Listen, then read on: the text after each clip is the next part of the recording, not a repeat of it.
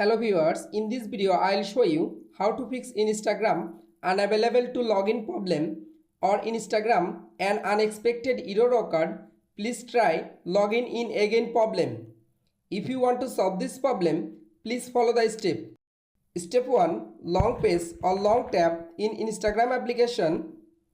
Go to apps info. Click on storage. Again click on clear data. Tap on clear cache data. Step 2. Open Play Store. Go to search Instagram app. Update your Instagram application latest version. Step 3. Restart your device and again open it. Step 3.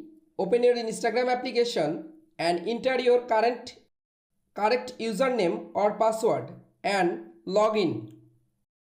You can follow all of the steps to fix Instagram unavailable to login problem and unexpected error occurred problem. If this video helpful for you, please subscribe our channel and like this video.